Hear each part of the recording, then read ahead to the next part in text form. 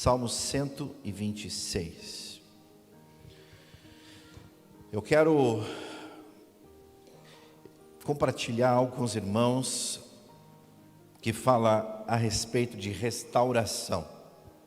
Uma palavra que fala a respeito de restauração. Eu acredito que nada daquilo que eu não estou vivendo, aquilo que eu não estou cheio, aquilo que eu não estou carregando, eu acredito que seria muito raso eu chegar aqui e começar a falar com os irmãos a respeito de algo que eu não estou tendo uma experiência, que eu não estou vivendo. Mas Deus, na minha vida, particularmente, tem feito, e eu estou em um processo de restauração.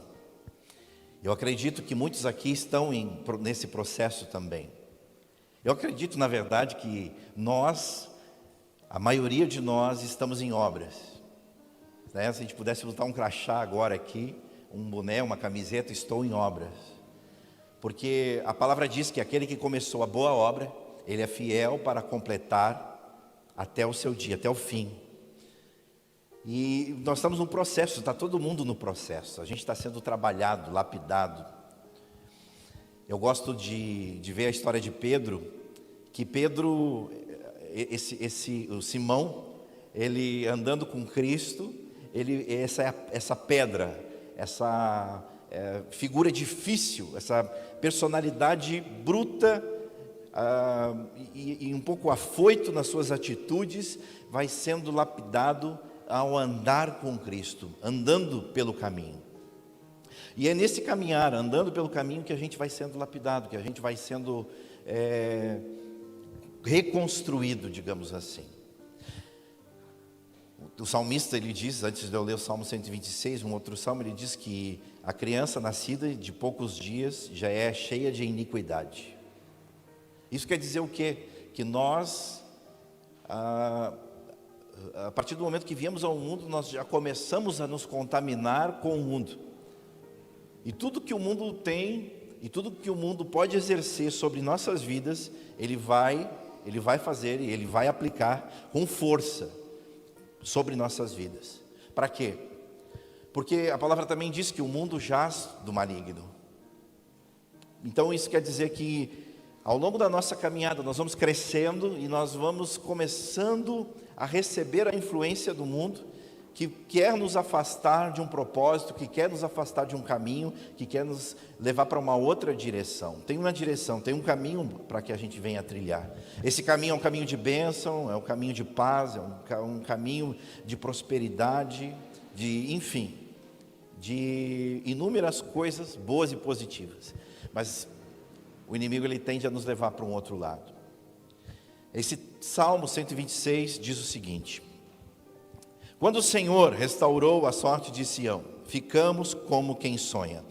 Aqui eu pedi para colocar a versão NVI, que eu gosto dessa versão para este salmo em específico. Ele explica bem. Eu vou ler aqui então no telão, e aí a gente vai passando os salmos 1, 2, 3, 5, até o 6. Vamos lá. Quando o Senhor trouxe os cativos de volta a Sião, foi como um sonho. Então a nossa boca se encheu de riso e a nossa língua de cantos de alegria. Até nas outras nações se dizia: o Senhor fez coisas grandiosas por este povo. Sim, coisas grandiosas fez o Senhor por nós, por isso estamos alegres. Senhor, restaura-nos, assim como enches o leito dos ribeiros do deserto. Aqueles que semeiam com lágrimas, com cantos de alegria colherão. Aquele que sai chorando enquanto lança semente, voltará com cantos de alegria, trazendo os seus feixes. Amém? Amém, queridos? Esses salmos, ele tem um contexto histórico, só para deixar rapidamente aqui, para a gente poder se situar. Ele é pós-exílio babilônico. Aquele período de cativeiro que Israel estava preso, aprisionado. O povo de Deus aprisionado na Babilônia. Esse salmo ele retrata a angústia e o sofrimento, mas também a conquista e o cumprimento da promessa e a fidelidade de Deus para com seu povo. Então, queridos, é um salmo de restauração. Ontem aconteceu, sexta-feira aconteceu uma coisa. Eu estava em casa e eu tinha trabalhado muito e eu estava muito cansado. E tem acontecido algo comigo que quando eu chego em casa, o meu ombro começou a doer e minha mão. Eu estou sentindo algumas coisas nesse braço. É o braço que eu mais uso para cortar cabelo. Para quem não sabe, eu sou barbeiro e eu corto cabelo. Então, fica muito tempo nessa posição, com os braços nesse nível, e movimentos repetitivos, e a mesma coisa toda hora. Eu estava com muita dor nas minhas articulações, enfim. E eu estava deitado, tinha tomado um banho e estava com o braço assim. Até que a minha filha Bruna me liga e diz o seguinte: pai, tu pode vir aqui correndo agora me ajudar? Porque nós estamos fazendo um evento. A Bruna e o Mateus, eles têm o Porta Mágica, que fazem eventos em festas infantis. Eles estavam cantando, a banda Porta Mágica, estou fazendo um marketing agora, você que está em casa, né? Está o número aí na tela? Não, brincadeira. Gente, estava fazendo um evento e aí estavam encerrando o evento de músicas infantis, animação e aquela coisa toda. Eles estavam indo, a Bruna estava indo para o carro, e quando ela chegou no carro, tinha um outro carro que estava, se mesclou com o carro do Mateus, o meu genro, e os dois praticamente viraram um, ou seja, eles estavam completamente abraçados. Essa pessoa estava embriagada, desceu da colina, estava descendo em direção àquela pequena rotatória que vai dar no posto de gasolina, que vai dar lá no Nacional do Shell, eu esqueci o nome daquela rua ali, que desce, a mais de 100 por hora, totalmente bêbado, embriagado, e ele bateu no carro. O que eu estou falando isso, queridos? Porque assim, alguns minutos depois, eles estavam saindo do evento com os instrumentos. Eles iriam abrir a traseira do carro e iriam colocar os instrumentos ali dentro. Eles iriam estar ali. Ou seja, o carro viria e iria amontoar a minha filha, o meu genro, o Fabrício, que às vezes toca aqui com o André, né? Toca guitarra aqui, e o irmão dele, que é o Ângelo. Os quatro estariam por ali, queridos, e ia ser uma coisa terrível. E aí, eles me chamaram, eu fui lá, prestei a assistência que era para prestar, levar os instrumentos para a casa deles, pegar ali e dar uma palavra, dar um apoio. O rapaz estava em pé e ele estava assim, não conseguia ficar parado num lugar, porque ele estava completamente embriagado. E o pai ali ia arcar, dizendo que eu vou arcar com todas as responsabilidades e tal. Bom, por que eu estou falando isso? Porque ontem foram avaliar o veículo e deram perca total para o veículo do meu genro, o veículo da minha filha, perca total. E aí disseram assim, se fosse fazer uma restauração, aí entramos naquilo que eu quero falar. Se fosse fazer uma restauração, vamos reorganizar esse carro, vamos ter que puxar ele, vamos ter que fazer isso. Ele vai dar mais de 20 mil reais, o carro vale em torno de 17, vai dar mais de 20 mil reais. E mesmo assim não vai ficar bom, ele não vai ficar bom, o diagnóstico que foi dado. Ou seja, venda para peças, para retirar alguma coisa que possa servir para outro veículo. E aí, queridos, é isso. No nosso contexto, tudo aquilo que passa por um processo de restauração, ele perde valor. Esse carro, se fosse restaurado, não valeria mais, então, 17 mil reais. Esse carro, se fosse restaurado, talvez 8, 9, quem sabe 10 mil reais. Mesmo assim, se alguém soubesse que aquele carro que foi batido e a coluna mestra dele, ou seja, o cerne dele, o que dá toda a estrutura, o equilíbrio para o carro foi atingido, a pessoa que soubesse disso, ela ia fugir desse negócio ou iria desvalorizar o veículo. Tudo que passa por esse processo, no nosso meio, no nosso contexto, acaba perdendo valor. Um carro que eu retiro numa revenda 0 quilômetro, em 1 ano ele já perdeu valor, você sabe disso. Você sabe que tudo aquilo que a gente a gente está construindo, né, uma casa, ou seja, ela não, dali a alguns anos ela pode ter um valor alto, mas ela não tem mais o valor de uma casa nova, com todas as aberturas, enfim, tudo aquilo que foi construído e colocado novo ali. Ela vai perder valor, isso é a grande verdade, tudo perde. No mundo, tudo a gente está passando por um processo de degradação, oxidação, degradação. A gente oxida. Eu fui estudar hoje e eu cheguei à conclusão que eu estou oxidando, ou seja, estou envelhecendo, estou enferrujando, e todos nós estamos passando por esse processo. As nossas células vão morrendo e vão se regenerando, mas chega a um ponto que isso não acontece mais. Então acontece que os nossos tecidos vão ficando envelhecidos, porque as células elas não conseguem mais se regenerar em algumas partes do meu corpo. Tem uma teoria de um cientista alemão, se eu não me engano, que ele fala que cada um de nós, cada ser humano na face da Terra, todas as células do seu corpo são substituídas pelo menos 2 vezes durante toda a tua existência, do teu nascimento até a tua morte, ali por 80, hoje a média de vida foi prolongada, né? Esses dias eu estava lendo uma crônica antiga, né? Velhinho de 42 anos é atropelado no centro de São Paulo, isso na década de 30, né? Velhinho de 42 anos, a média de vida tem aumentado, né?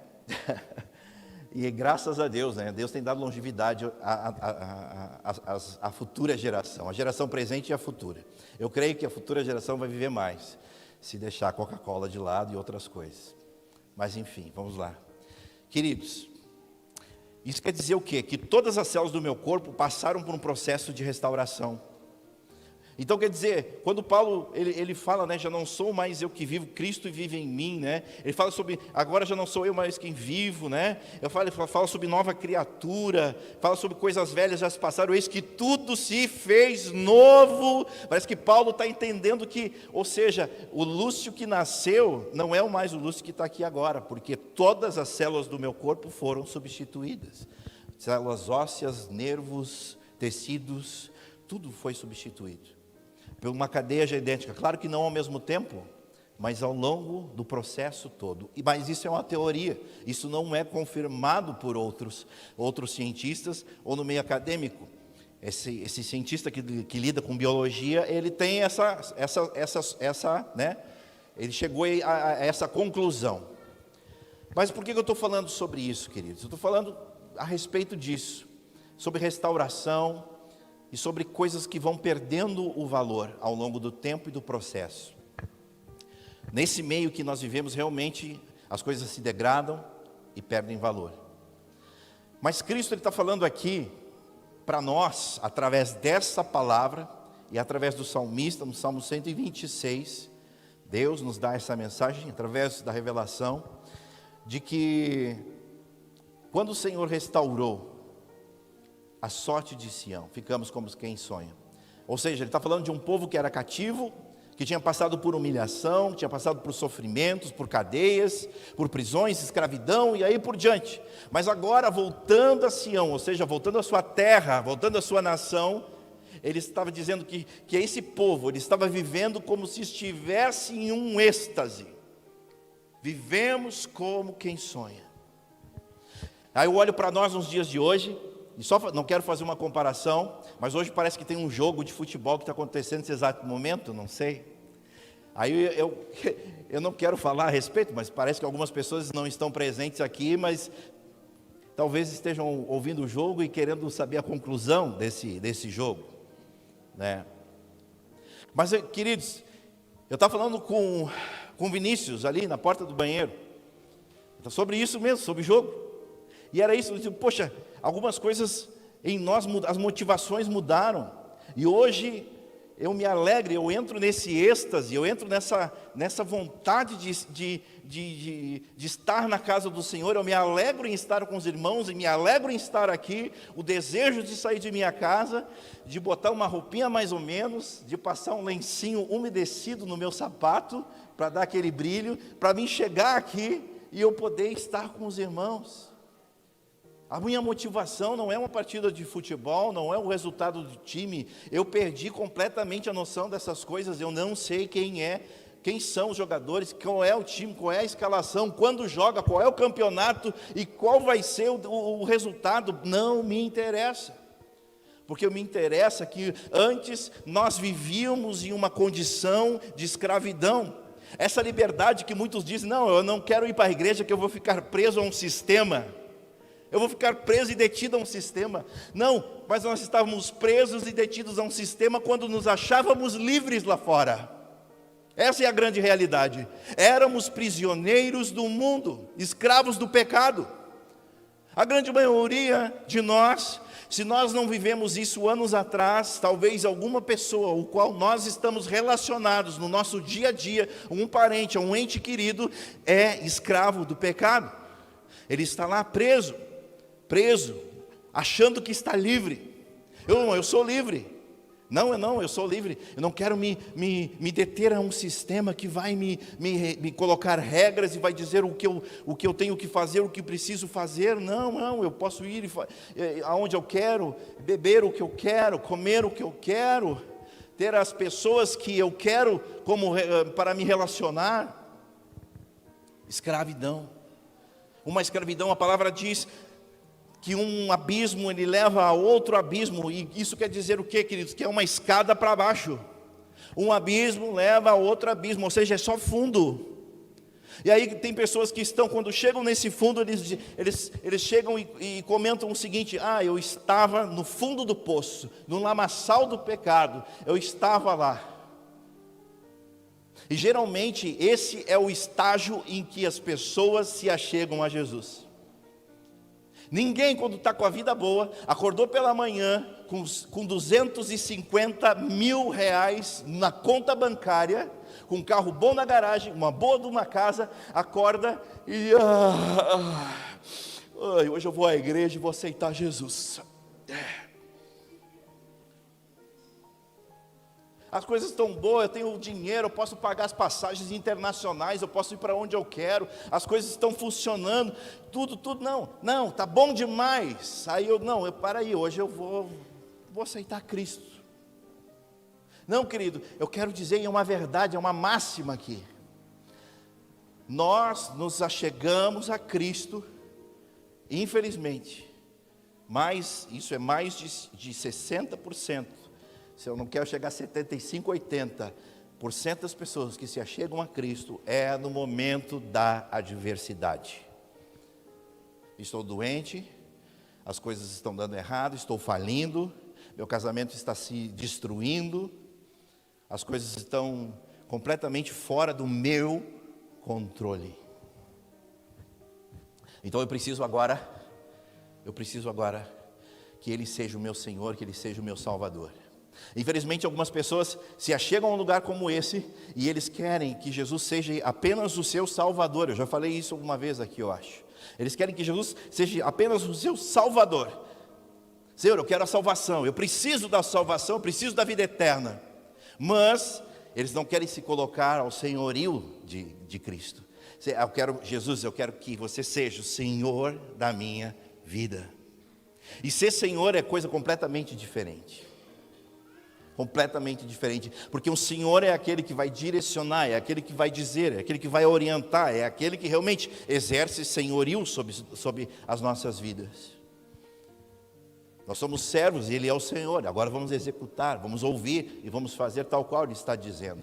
Mas não queremos. A geração presente é uma geração que está completamente difícil. Não digo a presente só, mas a minha também. Enfim, as gerações com a dificuldade de ouvir e obedecer. Mas a Bíblia fala, e eu volto para o texto, quando o Senhor restaura, nós ficamos como quem sonha nesse êxtase. Restaurar a sorte. Queridos, então isso que eu volto a dizer, nós estamos aqui porque há uma motivação para estarmos aqui. Estamos aqui porque eu não vim porque eu quero ver um rosto ou outro. Não, eu vim por Deus. E esses dias eu estava estudando no seminário, uma aula online, e nós estávamos extasiados, todos os alunos ali, e até mesmo eu olhando, quando abri o panorama e vi as carinhas de cada um que estavam online comigo, eu vi que muitos estavam chorando, porque nós estamos falando sobre a centralidade de Cristo em tudo e todas as coisas. Estamos falando sobre Ele ser o centro de tudo. E sobre Deus ser o centro de todas as coisas através da vida do seu Filho. A Bíblia é o livro que Deus escreveu falando sobre Ele, para contar a nós a sua história. Uau, mas o que é isso? Está cheio de histórias aqui. Está cheio de histórias, e esses homens, essas mulheres, eles fizeram coisas tremendas. Não, Deus se apresentou na vida dessas pessoas e se mostrou através das histórias que nós podemos ler. E todas as histórias que estão aqui exaltam a Deus. Todas as histórias que estão aqui glorificam o nome de Deus. Todas as histórias que estão aqui colocam Deus como suprema soberania sobre todas as coisas. A centralidade é Ele. E se nós estamos aqui é por Ele. Então, estamos aqui por Ele, então eu preciso vir aqui, eu preciso estar aqui nessa condição de alegria. Ele restaurou a minha vida. Ele me tirou de um lugar, me tirou de uma condição. No caminho de vinda para cá, nós estamos falando, eu, a mãe e a Vivi, de questões, acho que foi lá em casa, não sei, foi no caminho. Nós estávamos falando sobre isso, de que o que Deus fez na minha vida. Era uma pessoa que tinha dificuldades e que tinha sérios problemas, e esses problemas, poderia hoje eu estar sendo diagnosticado como alguém que está dentro de um espectro, ou alguém que tem uma deficiência intelectual, ou alguém que tem alguma síndrome, enfim, alguma coisa nesse sentido. Mas, queridos, quando Deus entra na história, a mãe pode falar isso um dia aqui em um testemunho, que Ele tocou na minha vida e começou a operar, e operou o grande milagre. O grande milagre é que eu me tornei uma pessoa que consegue fazer algum tipo de raciocínio, pelo menos isso. Glória a Deus por isso. E aí eu constituí família. E minha tia, falecida Cleci, mais conhecida como Queque.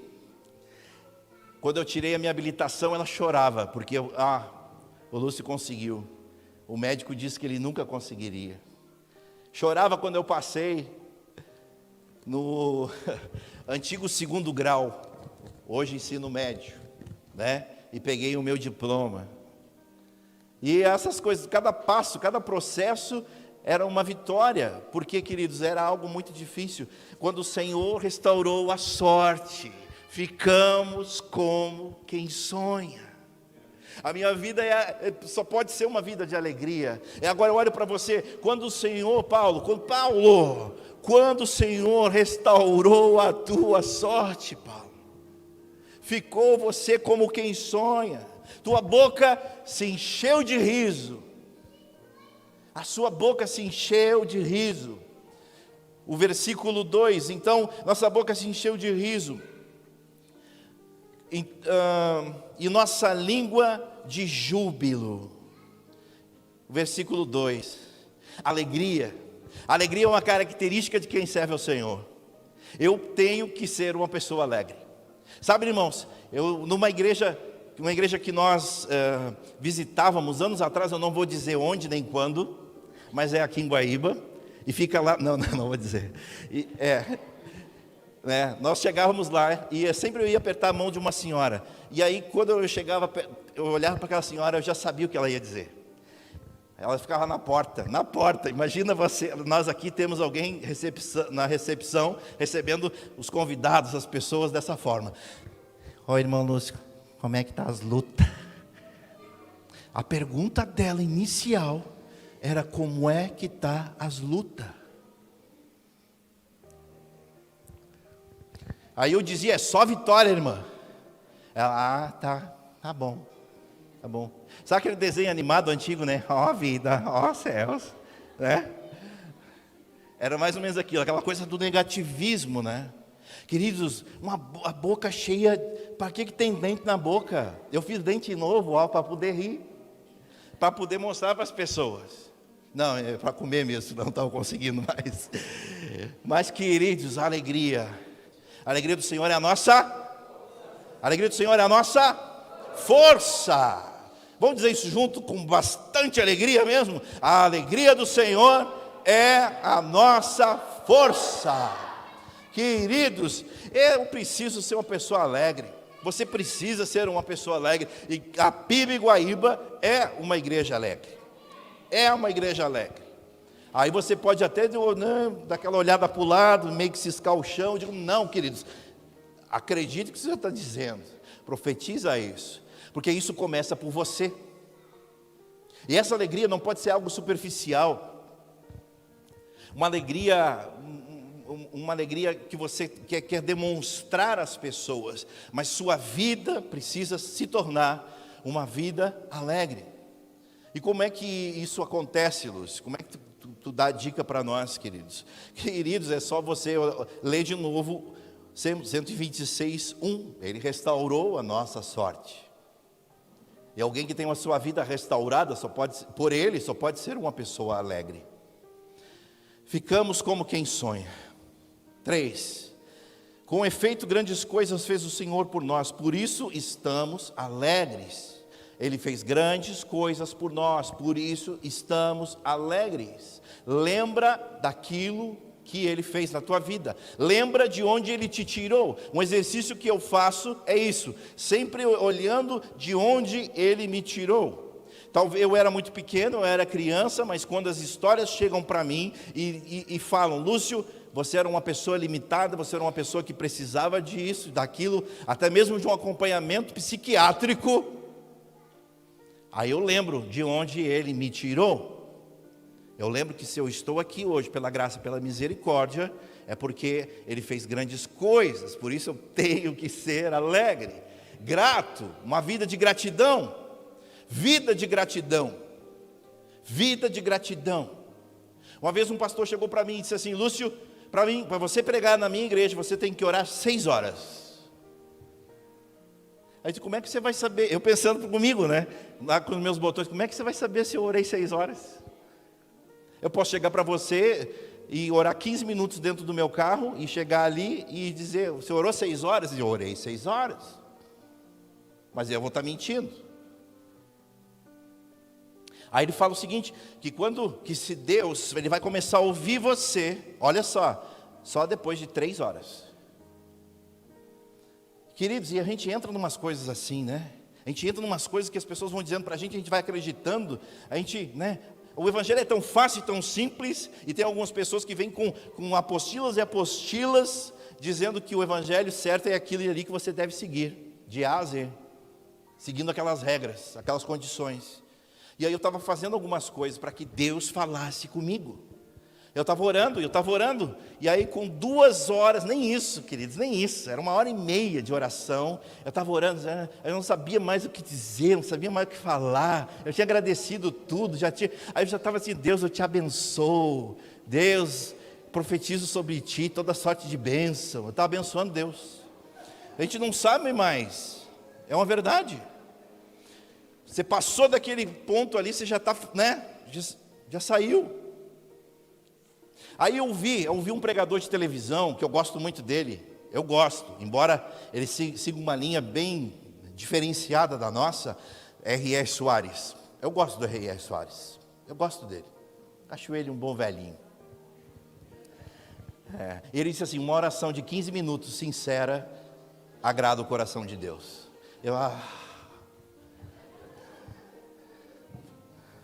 Obrigado, Senhor. Obrigado.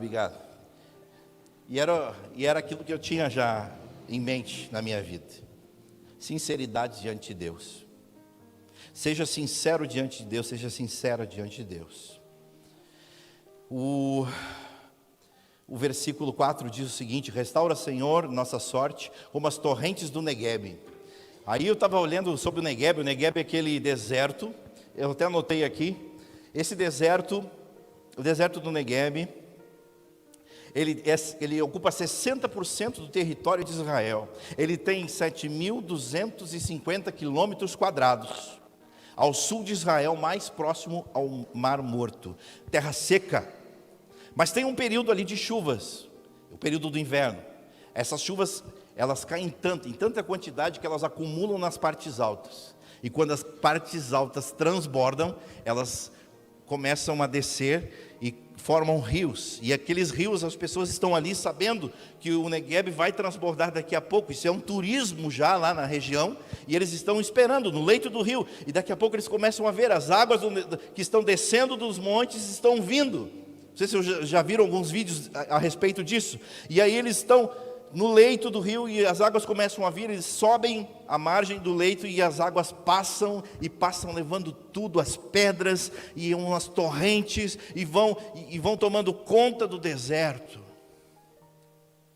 E depois de algum tempo, aquelas chuvas param, as águas elas baixam, evaporam, fica tudo seco, mas seco não, as águas secam, mas começa a vir um broto e uma relva verde e flores e cobrem os leitos dos rios, as margens, e o deserto fica florido.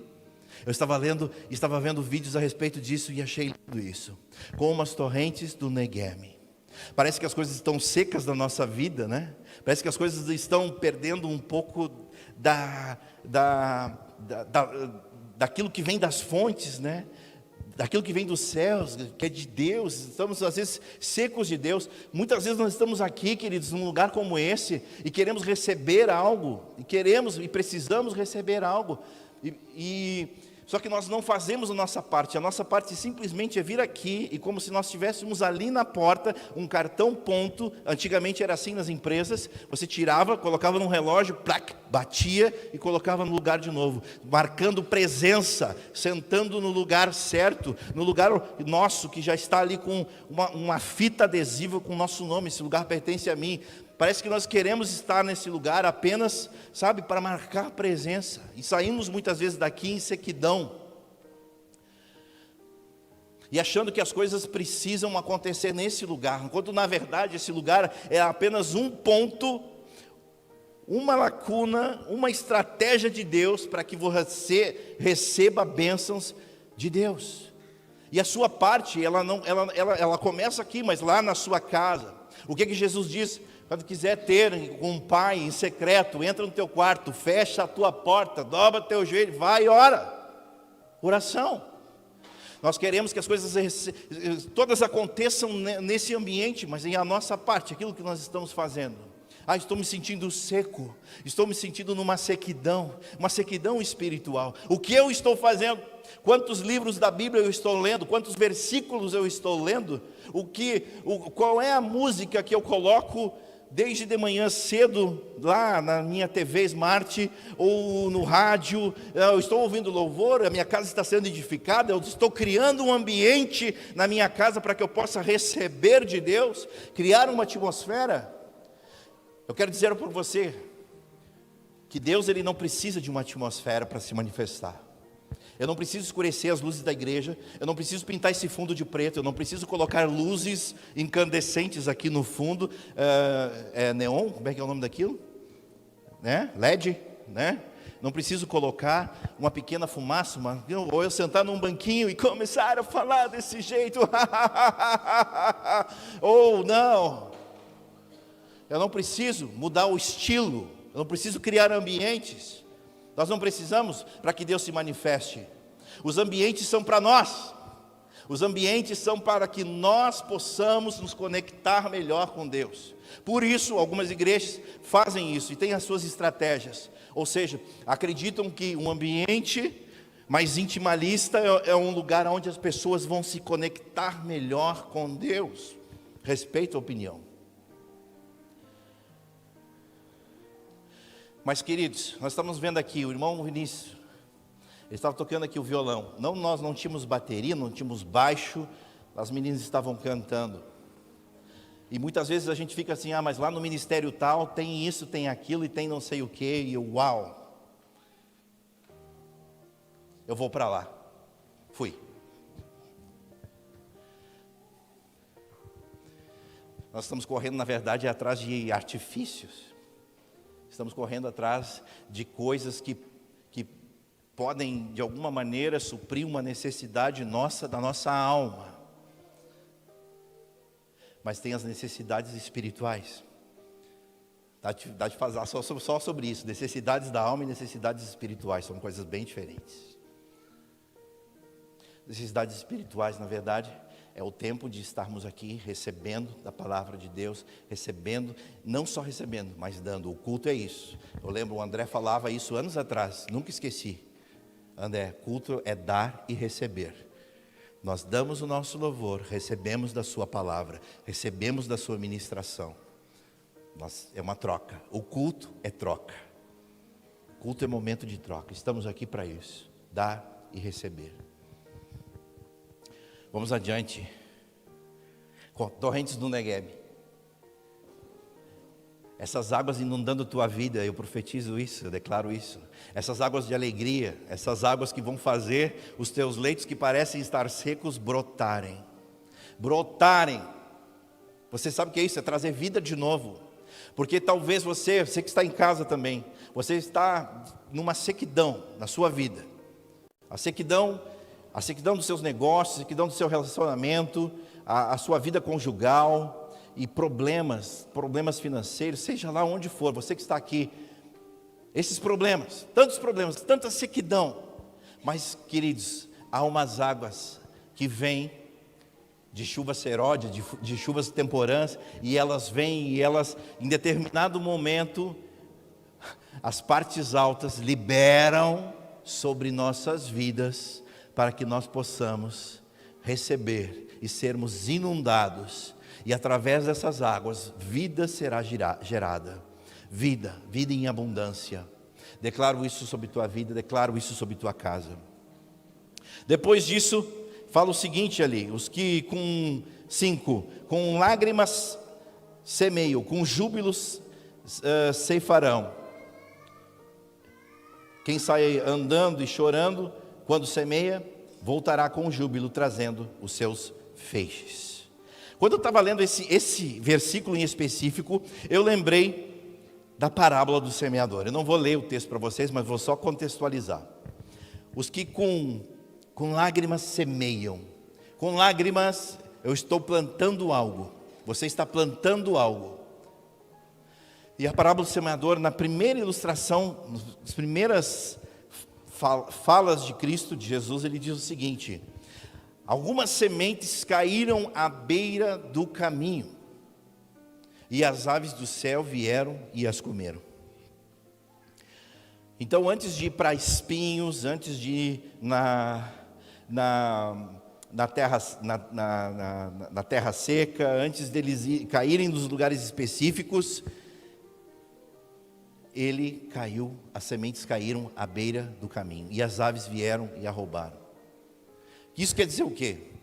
Quer dizer que aquilo que eu estou recebendo, aquilo que eu estou tendo como júbilo na minha vida, que me traz alegria, que me faz ser uma pessoa alegre, está me tornando alguém vitorioso em Cristo Jesus.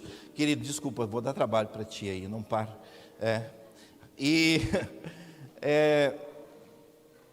Algumas coisas que eu carrego, que você carrega, muitas vezes nós estamos falando, e essas pessoas, essas aves do céu, comem essas palavras que nós estamos liberando e as roubam. Eu estou dizendo algo para você aqui, num contexto espiritual.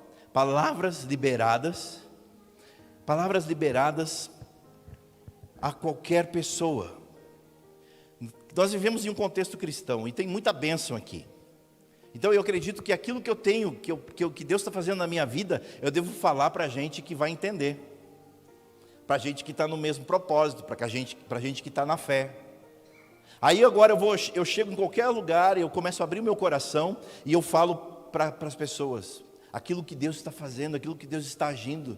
Primeiro lugar, muitos não compreendem. Segundo lugar, as pessoas acham que você está dimensionando algo. Você está criando algo numa atmosfera muito fora da realidade. Quando você começa a falar de bênçãos, de milagre, de cura, de paz, de prosperidade, de vitória, você começa a contar essas bênçãos para qualquer outra pessoa que não está num contexto de fé. São palavras que você está largando, parece que ao vento e aves do céu roubando-as. Eu estou falando, não estou falando sobre maldição, não estou falando sobre essas coisas, estou falando sobre perder tempo mesmo.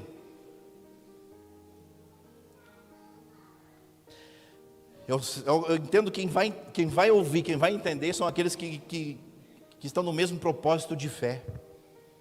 Se eu sentar, se eu for na sua loja, eu me escorar no seu balcão, eu começar a falar dos milagres que Deus tem feito na minha vida, e você começar a falar dos milagres que Deus tem feito na tua vida, nós dois vamos se abraçar e chorar ali, porque estamos no mesmo nível, estamos entendendo as coisas, estamos no mesmo propósito. E aí então, queridos, esse é um ambiente o qual eu preciso entender.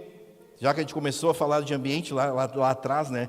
Com lágrimas semeio, com júbilo ceifarão. Quem sai andando, chorando, semeando, voltará com júbilo. Porque essa semente, se ela precisa cair em terra boa. A gente precisa ter discernimento de uma coisa, e eu tenho esse discernimento de pessoas que estão sedentas de Deus. Eu consigo perceber isso. Pessoas que estão sedentas de Deus, querendo ouvir de Deus, e que naquele momento Deus me coloca ali, na hora certa, no momento certo, para mim ser sal e luz na vida dela. Mas eu também consigo perceber de pessoas que eu estou ali naquele momento, e alguma coisa está travando, e alguma coisa está impedindo, e que aquela pessoa parece ser um mensageiro de Jó, sabe? Aquele está, mensageiro de Jó é aquele que só dá notícia ruim, né? A casa caiu sobre teus filhos, todos morreram, não sei o que, não sei o que. Semear na terra boa.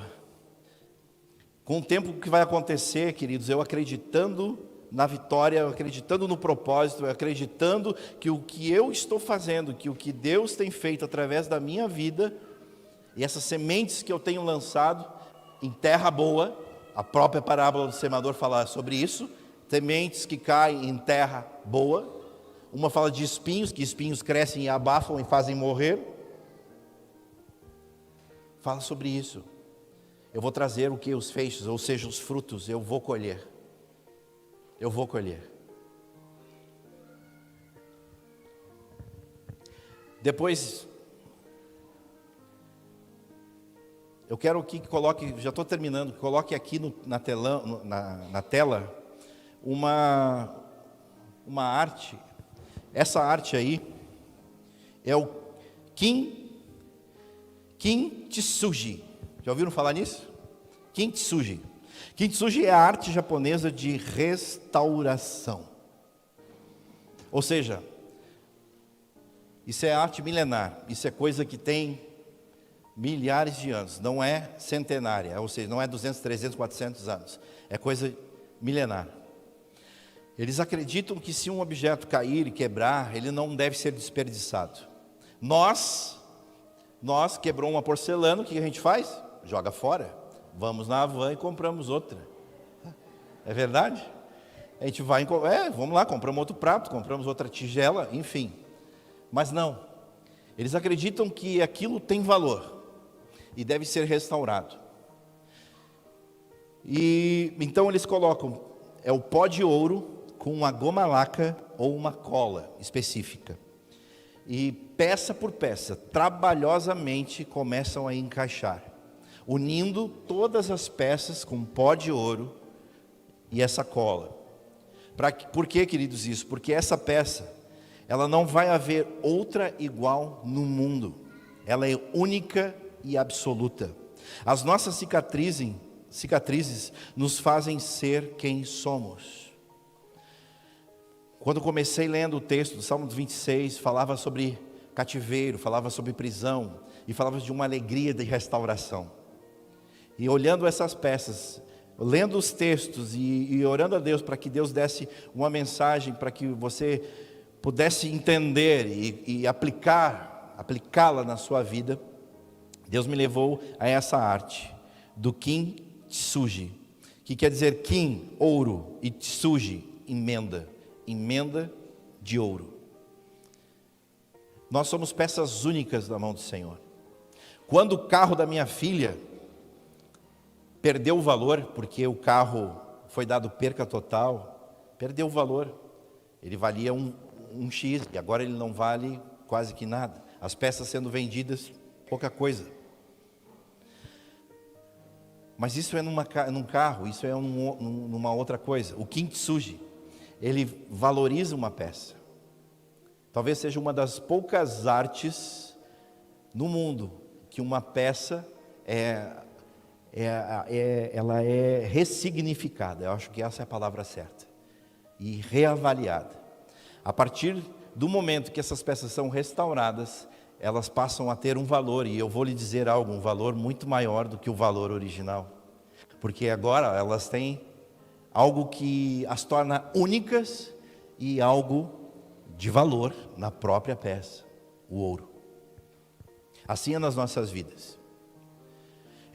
Eu era o que era, já contei um pouco da minha história, e você, cada um de você aqui, você que está em casa também, você tem a sua história, você passou pelo que passou, e algumas circunstâncias na sua vida fez com que essas peças se espalhassem pelo chão. Mas Deus é esse que foi lá e juntou tudo, né? Juntou tudo e reorganizou com ouro, com algo de valor, e nos deu uma nova utilidade, um novo motivo para estarmos aqui, uma nova razão para estarmos aqui. Eu, após entender Cristo e o projeto de Deus na minha vida, tudo tem uma forma diferente de ser. Eu vejo as coisas de forma diferente. A minha vida, ela foi ressignificada a partir do momento em que Ele juntou as peças e eu entendi que eu tenho valor. Você tem valor. Você tem valor. Você tem valor. E você que está aí em casa, você que está em leito de hospital, você tem valor. Você tem valor. Por mais que você possa pensar, imaginar que você, não, eu sou um monte de caco. Não, mas calma. No mundo tereis aflições, mas Ele disse para nós, ei, estão em bom ânimo, eu venci o mundo. E se Ele venceu o mundo, Ele não diz que eu sou vencedor, pastor Gastão, Ele diz que eu sou mais que vencedor nele, em Cristo Jesus. Então Ele está juntando as peças e Ele está fazendo uma obra valiosa, uma obra de valor, algo que depois vai ser testemunho aqui. Aqui nós começamos o pastor orando pela minha mãe, uma obra de valor. Não sei quantas quimioterapias ela fez, sei lá, mais de 80. Por 2 vezes, os médicos chamaram eu e minha irmã, e os médicos disseram, olha, tenha um bom tempo com ela, se despeça dela, porque ela não vai sair daqui. A mãe estava inchada, os nódulos no pescoço, desse tamanho, quase que querendo sair para fora. Você viu aqui essa senhorazinha, cabelinho branquinho, simpática. Louva a Deus pela tua vida. Ela está cheio de remendo, mas é tudo ouro. É tudo ouro. O que Deus está fazendo na tua vida é ouro, cara. O que Deus está fazendo na sua vida é ouro. É ouro. Ô Amanda, tu está escutando a gente aí? É ouro que Deus está fazendo na tua vida. É ouro. Eu quero orar por você. Quero orar por você que está em casa também. Pai, obrigado, Senhor Deus, por essa palavra. Obrigado, Senhor Deus, porque o Senhor é aquele que restaura as nossas vidas. E o Senhor é aquele que dá valor às nossas vidas. O Senhor é aquele que ressignifica as nossas vidas. O Senhor é aquele, Senhor Deus, que faz verdadeiramente aquilo que era bom, era bonito, mas torna algo único, exclusivo, individual. Obrigado, Senhor Deus, porque o Senhor tem trabalhado em nós. Tua palavra diz que Tu começou a boa obra em nossas vidas e Tu é fiel para completá-la até o dia da Tua vinda, Pai. Nós estamos alegres porque o Senhor nos tirou do cativeiro, o Senhor nos tirou de um lamaçal de pecado, de erros. E Senhor, nós estamos como quem ri. nossa boca se enche de riso e de alegria, porque o Senhor mudou a nossa sorte, porque o Senhor mudou a nossa história. Senhor Deus, as sementes que estamos largando, Senhor Deus, que elas sejam preciosas, em devido tempo venham dar o fruto. É isso eu declaro sobre cada vida que está nos ouvindo agora, esses que estão presentes, os que estão em casa, em nome de Jesus. E no devido tempo, no teu tempo, Pai, eles ceifarão, colherão, Pai, e virão, Senhor Deus, com os feixes, Pai, em mãos, e a boca cheia de dentes, Pai, cheia de riso, de alegria.